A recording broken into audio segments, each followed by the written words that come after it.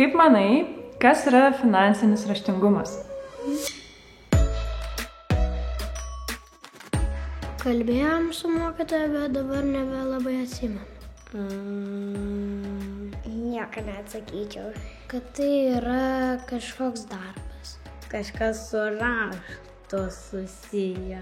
Kai rašo raštus. Kai žmogus rašo ir rašo, gal kur žmonės gauna pinigų kažkaip. Nežinau. Kai žmogus žino, kur išleisti pinigus.